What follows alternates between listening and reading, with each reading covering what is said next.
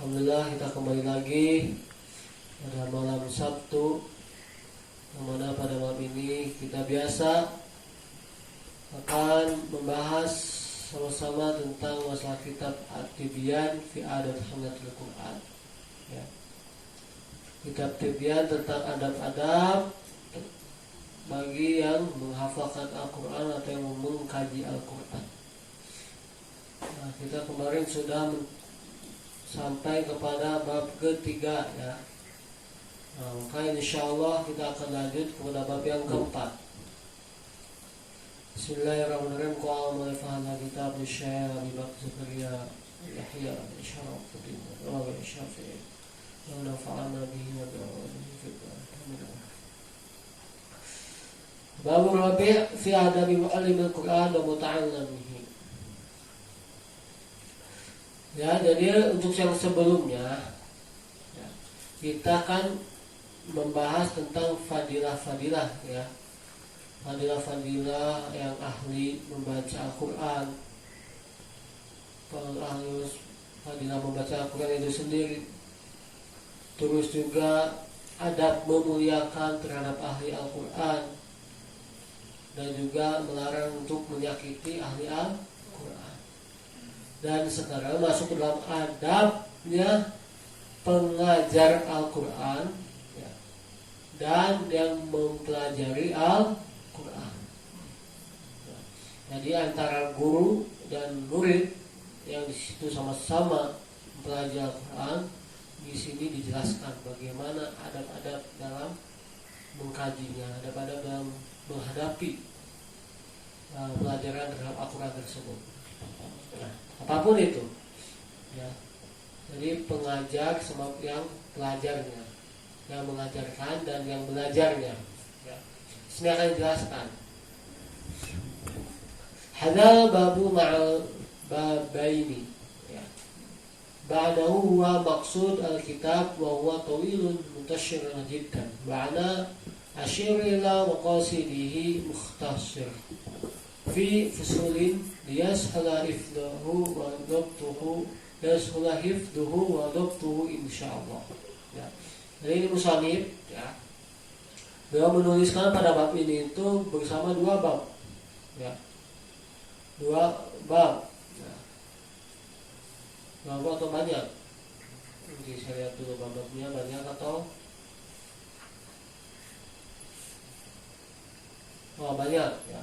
Babir, ya, bersama beberapa bab. Jadi di dalam bab ini, bab yang keempat ini akan ada beberapa permasalahan, akan ada beberapa judul, yang itu akan dituliskan beberapa pembahasannya yang mengenai tentang pengajar Al-Quran dan yang belajar. Ya. Maka tujuan pada kitab ini ya tiada lain, memang panjang.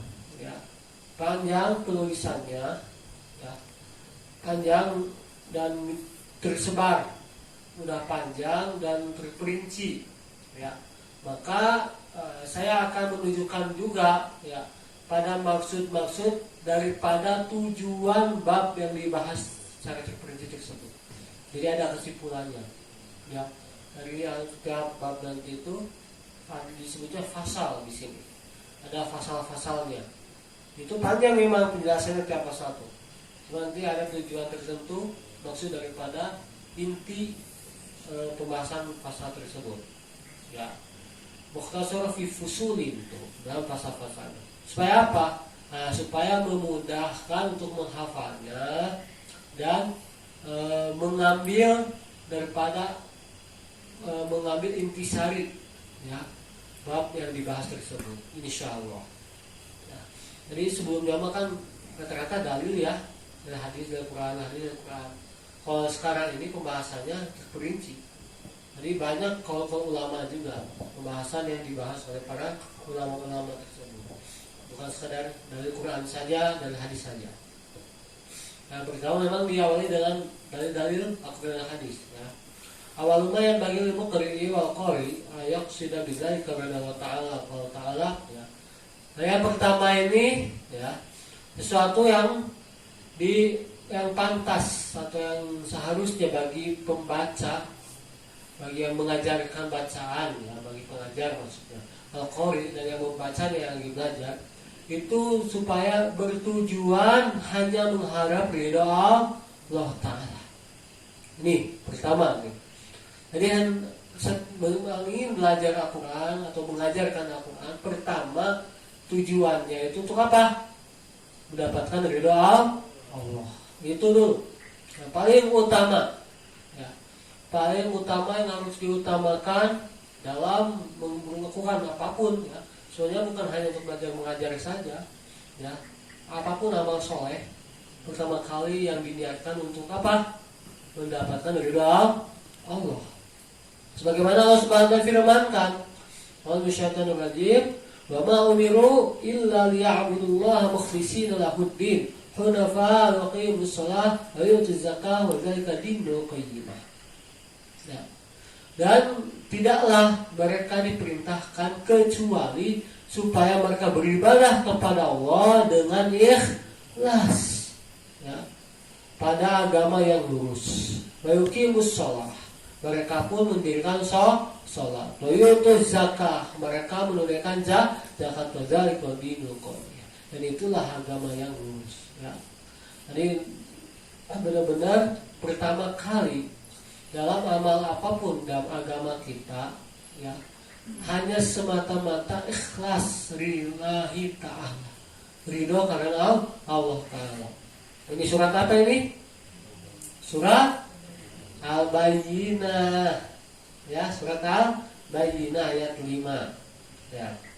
Nah, di sini sudah jelas nih, ayat 5 dalam surat Al-Bayyinah ini menjelaskan bahwasanya tidak ada yang diperintahkan oleh Allah kecuali bagaimana mereka itu harus beribadah dengan ikhlas. Jadi nggak ada perintah supaya ibadah tapi agak usah ikhlas ibadahnya, nggak ada. Jadi betul-betul setiap dia beribadah itu sekaligus diperintahkan supaya dengan ikhlas, supaya hanya karena Allah, hanya menghadapkan ridha Allah. Di salah satunya adalah mendirikan sholatnya, menunaikan zakatnya, dan lain-lain yang di dalam syariat agama. Ya, itu dalil utama pada pasal yang pertama nih, bab yang pertama ini. Ya, jadi masalah keikhlasan. Ya, pentingnya mencari ridha Allah dalam mengajar atau belajar Al-Quran, khususnya umumnya untuk amal masalah lainnya. Dalam ayat Quran surat Al-Bayyinah ayat 5. Sekarang dalam hadisnya Sahihain, ya. Ini yang meriwayatkannya Imam Bukhari Muslim. Ya, Sahihain itu berarti dua orang yang sahih, dua muhaddisin yang sahih, yaitu Bukhari Muslim, ya. An Rasulullah SAW, dari Rasulullah SAW, innamal a'malu binniyat.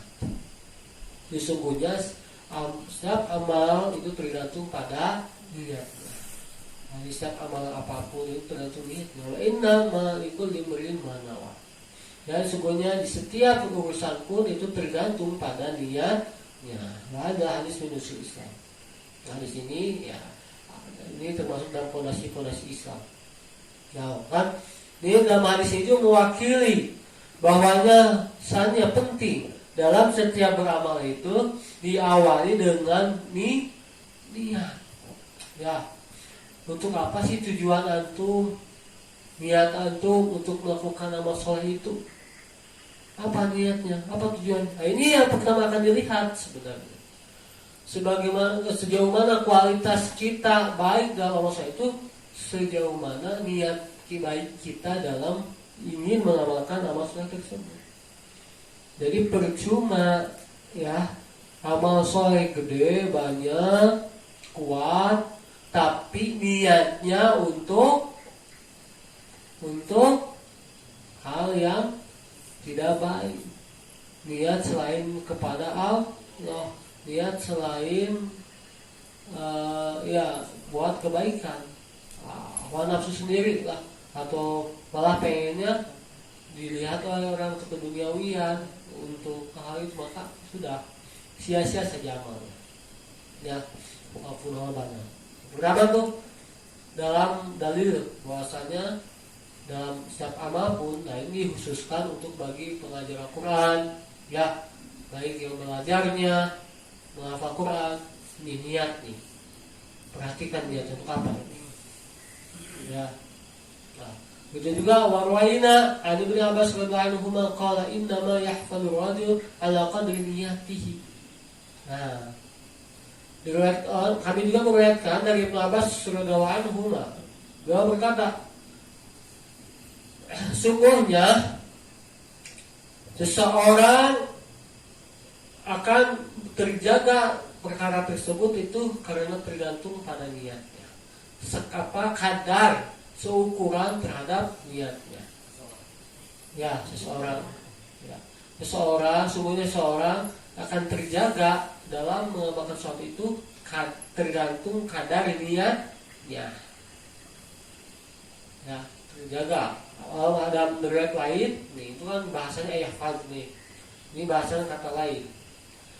Dalam riwayat lain, innama yu'ton nasu ala qadri niyatihim. Ya. Itu kan pertama mah bahasanya seorang akan terjaga pada suatu amal tersebut itu sesuai kadar daripada niatnya.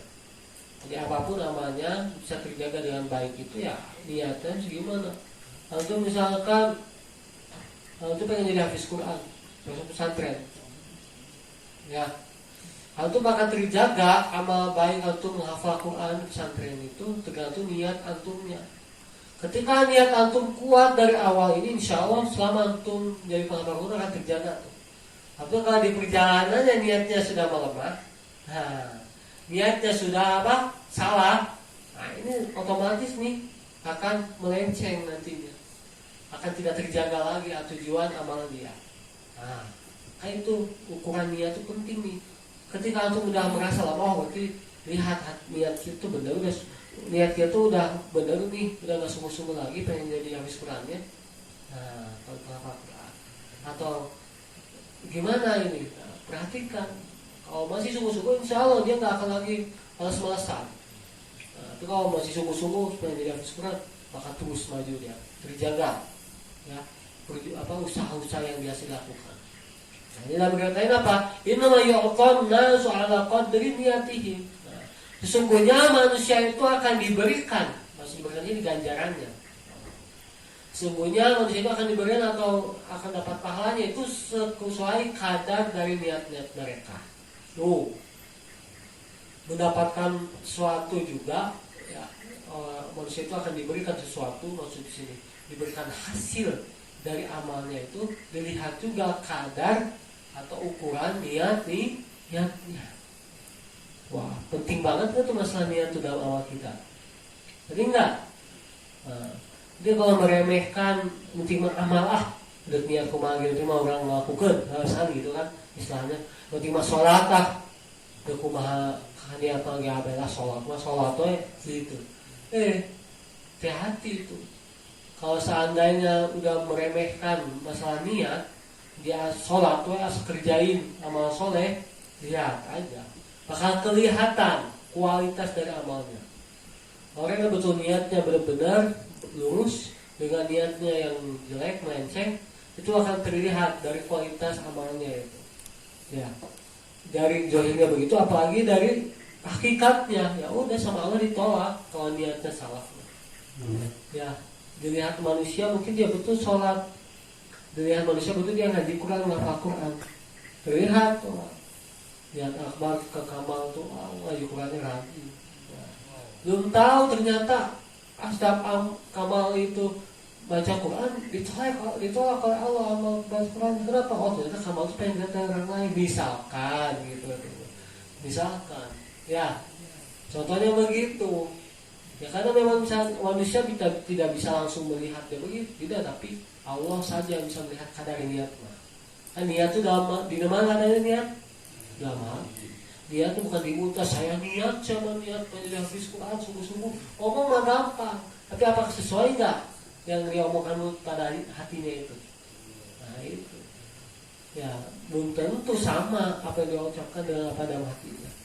Ya, itu yang harus sebenarnya yang lebih diperhatikan dari mendingan gak ngomong daripada mendingan gak ngomong ya daripada ngomong tapi niatnya nggak benar ya, mendingan tidak ngomong tapi niatnya benar gitu ya, dengan begitu yang lebih bagus ya diam-diam aja sih, karena terkadang niatnya udah benar pas diomongin ada orang muji berubah pikiran ya niatnya, itu juga khawatir.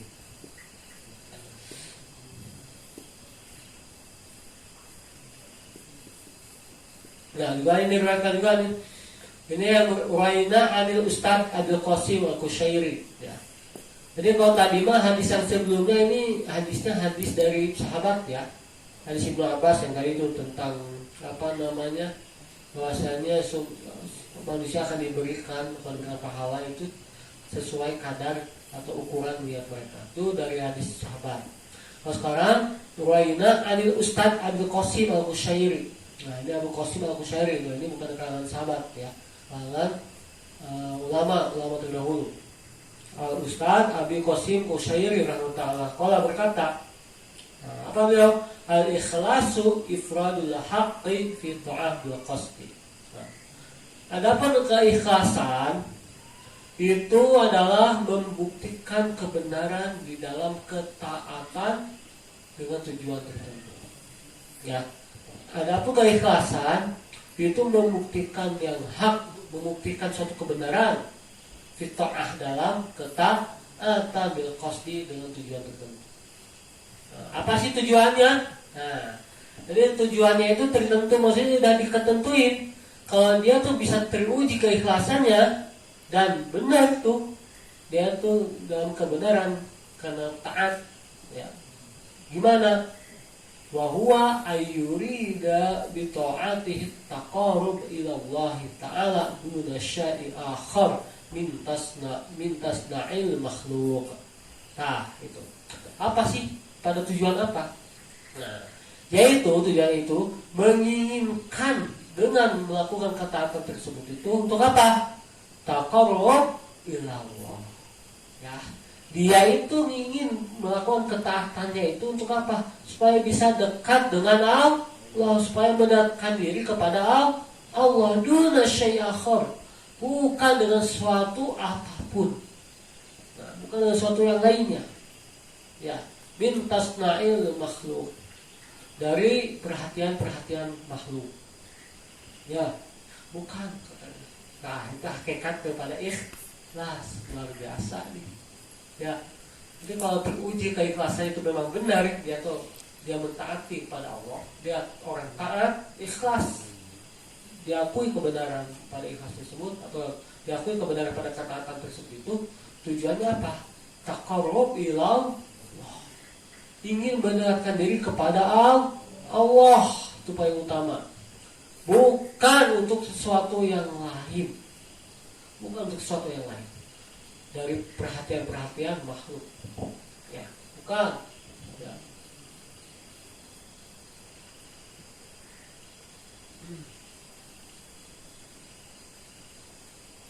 Untuk apa?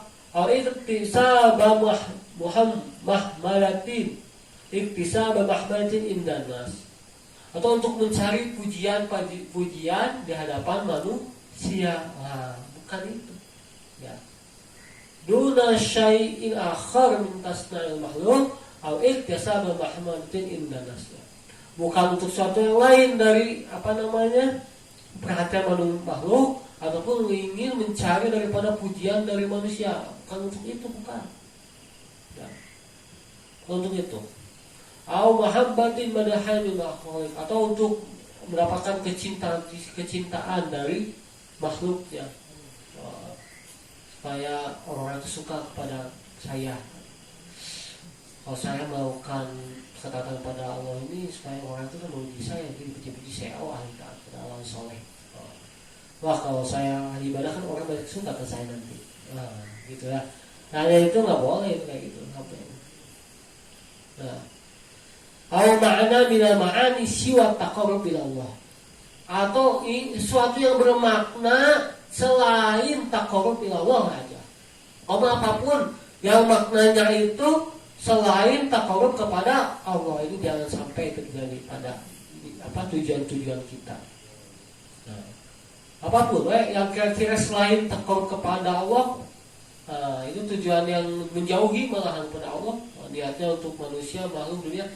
Untuk niat dunia bukan untuk takarub pada Allah. Niat untuk dilihat oleh wanita, apalagi. Niat untuk tujuannya untuk supaya tenar terkenal, bukan. Allah mah nggak pernah melihat kemuliaan seorang itu karena terkenalnya di dunia, bukan. Ya. Itu yang maknanya tersebut selain kepada mendekatkan kepada Allah. Ini jangan sampai ada. Qala, beliau berkata juga, wa yasihu ayyuqal, yang benar juga dikatakan apa? Al-ikhlasu tasfiyatul fi'li an mulahadatil makhluqin. Dikatakan juga apa sih ikhlas itu? Makna yang benar dalam ikhlas itu tasfiyatul fi'li, memurnikan perbuatan atau membersihkan perbuatan an mulahadatil makhluk, dari campuran-campuran makhluk. Nah, dari campuran atau keikutsertaan makhluk. Ya, memurnikan atau membersihkan perbuatan. Jadi perbuatan itu murni, ya, benar ikhlas itu murni perbuatannya itu. Tidak ada campuran daripada makhluk. Jadi maksudnya apa? Ya, dia melakukan ibadah itu betul-betul nggak ada sangkut pautnya dengan makhluk. Dia hanya karena perintah Allah, hanya ingin mendekatkan diri kepada Allah. Itu ikhlas yang benar tuh. Jadi perbuatan-perbuatan yang keinginan begitu dibersihkan. Perbuatan yang ada saya sholat tuh karena takut dihukum. Ada saya mah tahajud teh karena sieun dicatat. Ini hal-hal terhadap makhluk. Ini nggak ikhlas kayak gitu. Ya, nih harus antum perhatikan ibadah antum ini masih kayak gitu kan? Kalau yang ibadah antum pengen diterima oleh Allah, ikhlaskan. Gimana ikhlasnya? Ya tadi, memurnikan diri perbuatannya itu dari campuran manusia, dari campuran makhluk. Jadi nggak ada sedikitpun yang dia itu ibadah itu karena keadaan atau karena makhluk tersebut. Mau kapanpun, dimanapun, siapapun berada dia, tetap dia mah karena Allah beramal solehnya.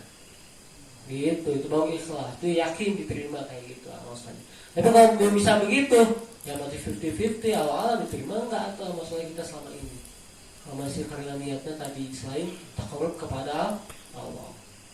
Ya, itu berarti ya harus ikhlas. Ini yang pertama kali pasalnya. Masih banyak nih.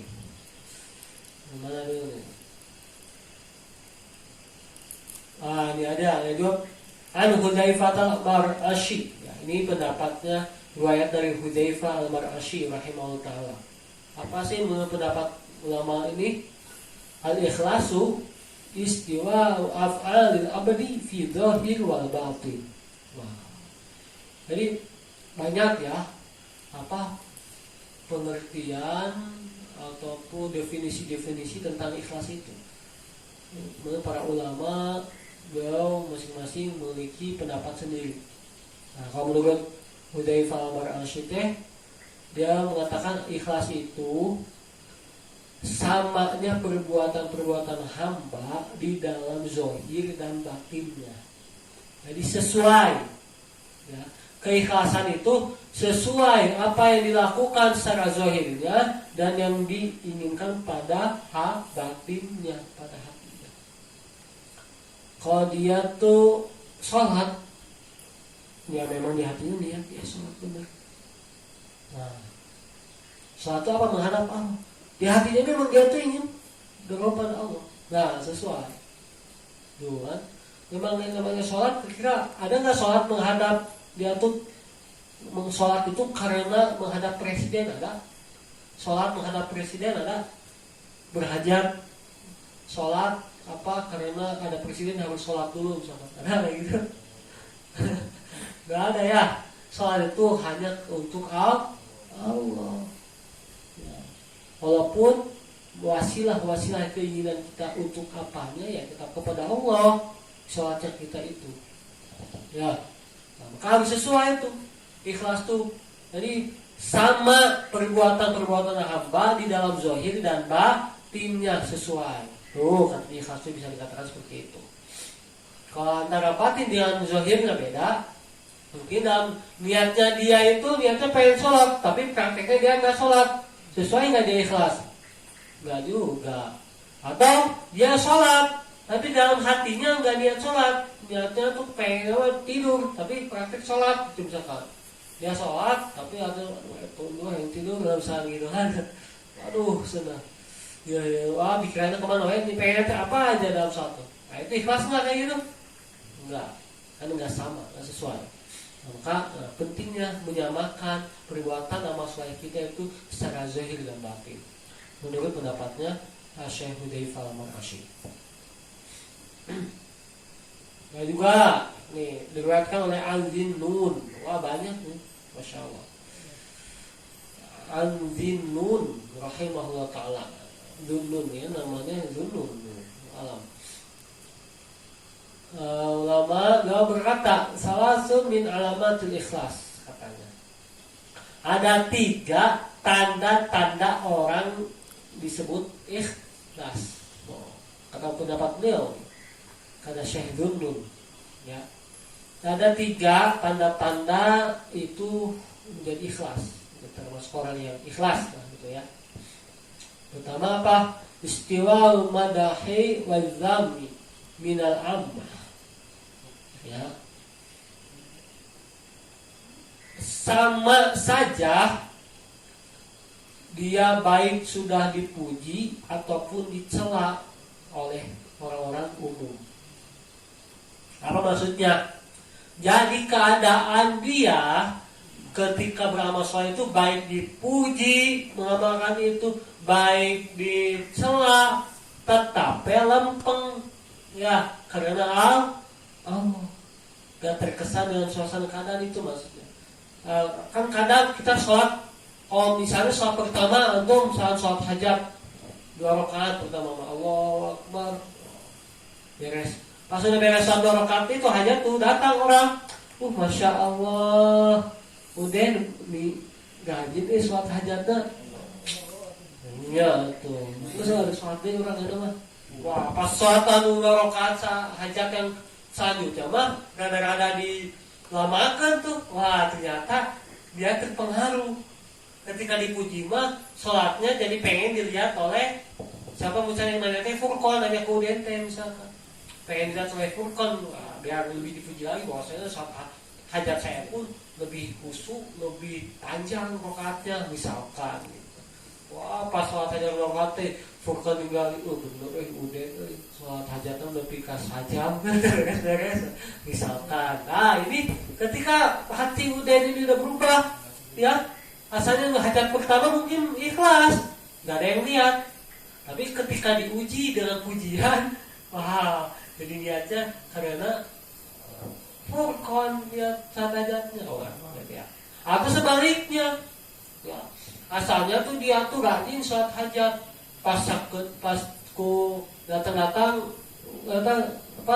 si ikam ke Palu Denden, sholat hajat ente mah goreng, sholat hajat ente mah tersalah kamu gitu. Pas udah geus lah sholat deui. Gitu. Karena dijelek-jelekin, kiraina oleh ikam udah jadi menyerang, enggak sholat lagi. Ini juga enggak ikhlas. Kenapa? Karena terkesan dengan celaan orang lain. Nah, pertama itu. Jadi kalau tanda ikhlas itu sama saja, baik dipuji ataupun dicela oleh masyarakat, dia tetap lurus melakukan sholat atau melakukan ibadah itu karena Allah. Yang kedua, panisyanu ru'yatul amal fil amal. Ya. Melupakan ya, melihat daripada amal di terhadap seluruh amal-amalnya. Melupakan melihat amal pada amal-amalnya. Maksudnya apa? Jadi amal yang sudah dia amalkan, kebaikan tersebut itu gak usah diingat-ingat lagi. Saya udah amal ini sudah amal ini. Dia tanya gitu. Disebut-sebut kok amalnya itu kan. Nah, jangan. Kalau ikhlas, udah lupakan yang sudah amal itu seolah saya itu belum melaksanakan sehingga beramal lagi gitu. Jadi ikhlas itu begitu.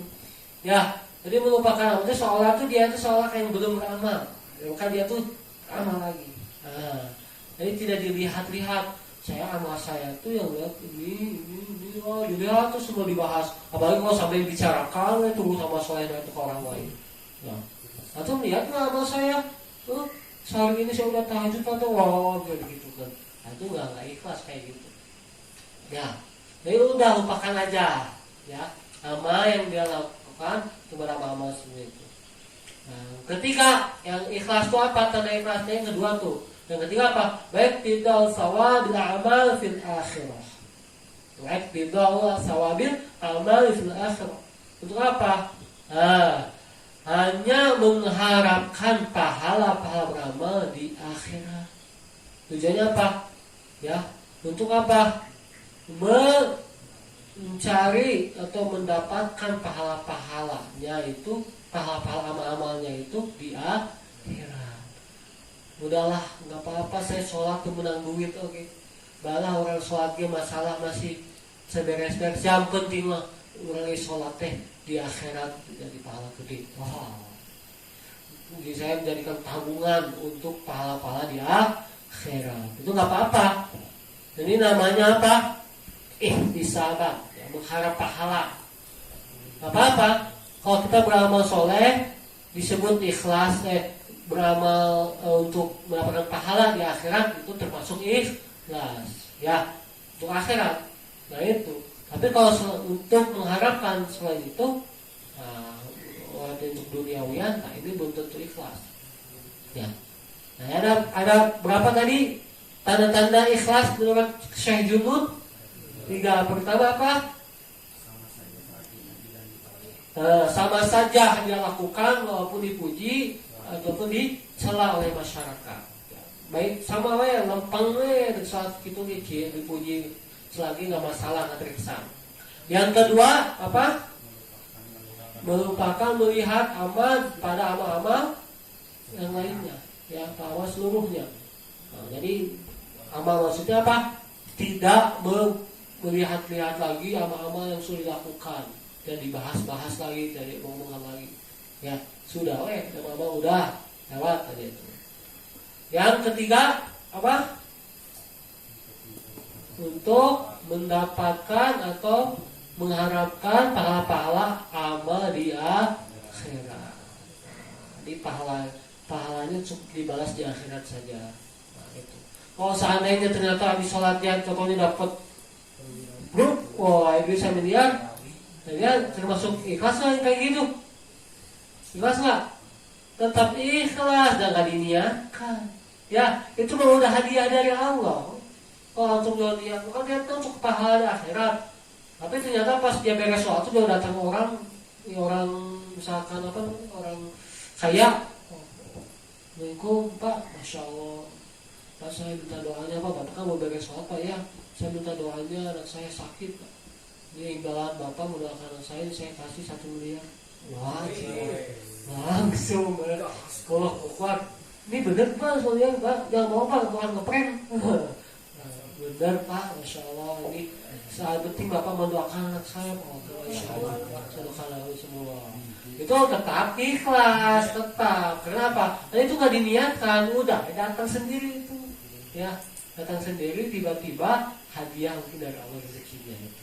Orang yang khusyuk ketika sholatnya. Nah, tapi kalau setelah itu dia misalkan mau sholat lagi, kayak dapat duit gede lagi, kayak datang si bapak itu sesuatu orang muslim dia. Kalau udah kayak gitu dia sholat lagi, ikhlas nggak jadinya? Enggak. Walaupun setelah sholat dia tuh dapat 2 miliar lagi, misalkan bapak belum makin khusyuk aja saya Pak, doakan lagi saya anak saya Pak 2 miliar misalkan. Mungkin dapat 2 miliarnya oke, tapi pahala di akhirnya tidak dapat.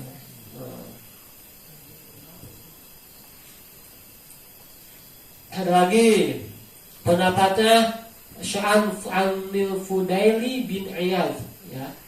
Nah, dari Imam Fudail bin Iyaz radhiyallahu anhu yang berkata, ini rata-rata pendapat ulama ya tentang ikhlas itu gimana sih ikhlas. Menurut Fudail bin Iyaz radhiyallahu anhu, dia berkata, tarkul amali li ajli nas riyaun wal amalu li ajli nasi syirkun wal ikhlasu ayyu'afiyakallahu minhuma. Enjo, nah, saya pahami. Gampang banget. Tarikul amal, ya, dari orang yang melihat nih. Kalau meninggalkan amal di sini apa sih amal soleh ya? Meninggalkan suatu amal di ajrinas karena manusia. Ya mungkin tadi bisa aja mungkin karena dicela atau karena diiming-imingin duit. Kamu jangan sholat ya. Jadi saya kasih duit saya beri 1.000 misalkan. Dia karena itu dia meninggalkan amal tuh. Akal manusia ya disebut apa? Ria atau dia apa? Ria. Ria istilahnya nih. Kalau dia meninggalkan amal karena manusia itu ria. Sekarang wal amalu li ajli nas syirkun. Itu kan tadi meninggalkan amal, ya tidak beramal tuh. Rasanya beramal ya tidak beramal. Karena manusia itu jadi ria disebutnya. Ya. Jadi ataupun ya istilahnya udah kayak gak butuh lah keamalan dengan ini. Nah sekarang dia beramal, ya melakukan amal soleh di ajlinas, tapi karena manusia iku syirkun, itu adalah syirik. Ya, kalau antum ibadah amal soleh karena manusia itu termasuk syirik tuh. Ini kata siapa di sini? Imam Fudail bin Iyaz. Kata beliau begitu, ya. Kalau meninggalkan amal karena manusia ria, kalau dia beramal karena manusia jadi syirik. Ya, bahaya. Terus wal ikhlas, gimana tuh ikhlas tuh? Wal ikhlasu ayyu'afiyakallahu minhuma. Adapun ikhlas itu yang mana Allah Subhanahu wa taala menyelamatkan atau menghindari minhuma dari kedua. Jadi kalau setiap beramal atau untuk tidak beramal, ya bukan karena manusia, hanya karena Allah, maka itulah yang disebut ikhlas. Gitu aja, ya. Jadi ketika dia meninggalkan amal luka memang bukan karena manusia, misalnya karena Allah. Terus dia beramal juga karena Allah. Itu namanya ikhlas. Ya. Jadi bukan karena makhluk, bukan karena manusia, dan karena rasa benar dan lain-lain. Ya, luar biasa nih masalah tentang keikhlasan ini.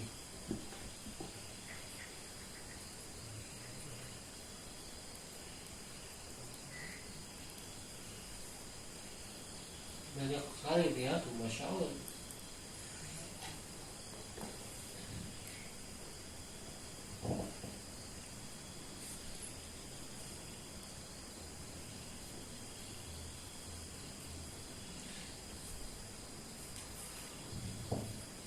Mungkin saya bahas per pasal aja lah ya.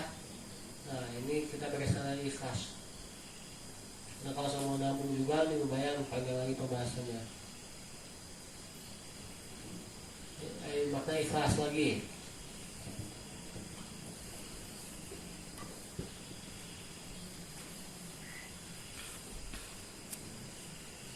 Nah di ini ya kan Sahlil Tustari.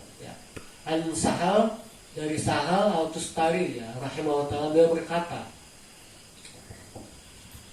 Nadrul aqyasi fi tafsir ikhlas falam yajidu ghairu hadha an takuna harakatuhu wa sukunu fi sirrihi wa alaniyatihi Allah ta'ala wahdah la yumazzijuhu syai'un la nafs wa la hawa wa la dunia. Ini menurut ya dari Sahal Al-Tustari nih. Beliau berkata nih menurut Imam Sahal Al-Tustari, melihat yang paling cerdasnya orang. Jadi pandangan orang yang paling cerdas itu gimana? Fi tafsir al-ikhlas. Itu ada dalam tafsir al-ikhlas. Ya, falam yajidu berhada. Yang mana tidak akan bisa didapatkan selain pada surah ikhlas ini. Tuh. Jadi kalau pandangan orang-orang yang cerdas ini, ya, orang yang terpandang orang yang paling cerdas itu melihat dari tafsir Al-Ikhlas ini. Katanya ini tidak akan pernah dapatkan selain pada surat ini. Apa? Antakuna harakatuhu wa sukunuhu fi sirrihi wa alaniyatihi lillahi ta'ala wahdah. Yang mana adanya gerakan dia, ya, dan diamnya dia, digerakan dia itu maksudnya beramalnya dia dan diamnya dia fi sirrihi, ya, baik di dalam apa syirik, dalam sunyi, dalam sembunyi-sembunyi, wa alaniyatihi, dan dalam keadaan apa niat ramai-ramai, atau dalam keadaan apa banyak orang ya terang-terangan, terang-terangan adanya dia, adanya gerakan-gerakan dia, diamnya dia pada sembunyi-sembunyi dan terang-terangan lillahi ta'ala wahdah, hanya karena Allah satu-satunya, atau apa ya, satu-satunya hanya karena Allah, benar-benar hanya karena Allah saja gitu. Tuh. Jadi dalam surat Al-Ikhlas ini kalau pengen jadi orang yang cerdas itu coba dalam tafsir Al-Ikhlas ini untuk pahami itu katanya. Tidak akan dapat atau lebih cerdas lagi kalau untuk melihat daripada surat ini, tafsir Al-Ikhlas ini. Apa? Di dalam maknanya itu apa? Bahwasanya gerakannya atau amalnya dan diamnya dalam sembunyi-sembunyi, sunyi dan terang-terangannya lillahi ta'ala wahdah, hanya karena Allah. La yumaziju syai'un, yang mana tidak ada nafsu, ya, tidak ada sesuatu pun ada. Tidak ada sesuatu pun yang mencampurinya. Tidak ada sesuatu pun yang mencampurinya. Ya. Baik berupa hawa nafsunya, baik berupa keinginannya, baik berupa keduniaannya. Jadi sesuatu itu bisa bentuk hawa nafsu, sesuatu itu bisa bentuk keinginan, angan-angan, ya. Bisa juga bentuk suatu keduniaan. Nah, jadi tiga perkara ini tidak tercampur pada amal-amal di dia, nggak ngaruh. Ya, jadi diamnya dia itu bukan karena hawa nafsu dia, karena gerakan dia berjalan ke situ tuh bukan karena keinginan dia, keduniawian dia, tapi karena haji. Luar biasa bisa kayak gitu. Dikit-dikit bangun tidur karena Allah, mau wudhu karena Allah, mau makan karena Allah, semuanya karena Allah. Nah, ini yang sudah orang yang sudah mendapatkan kecerdasan yang nyata. Nah, saya sendiri belum bisa kayak gini, ya, tetap masih ada apa waktu-waktu tertentu, masih ada hal tertentu, ya, belum, ya, saya jujur saya belum termasuk kayak gini. Atau bagaimana, ada yang udah nggak bisa seperti itu, ya, ada apa nggak bisa gitu bang? Mau mungkin bang kalau ikhlas antum waktu dari tahajud dibangunkan tidur deui ikhlas eta teh boro-boro amal soleh atuh ditita amal soleh ge hese itu ngomong gitu yang disebut ikhlas kumaha atuh ya. Yang tahajud aja ini masih nggak tahu ikhlas kan apa ya, nggak suka tahajud dipaksa tahajud. Pas tahajud mepet-mepet. Allah itu ya. Subscribe, like, and share.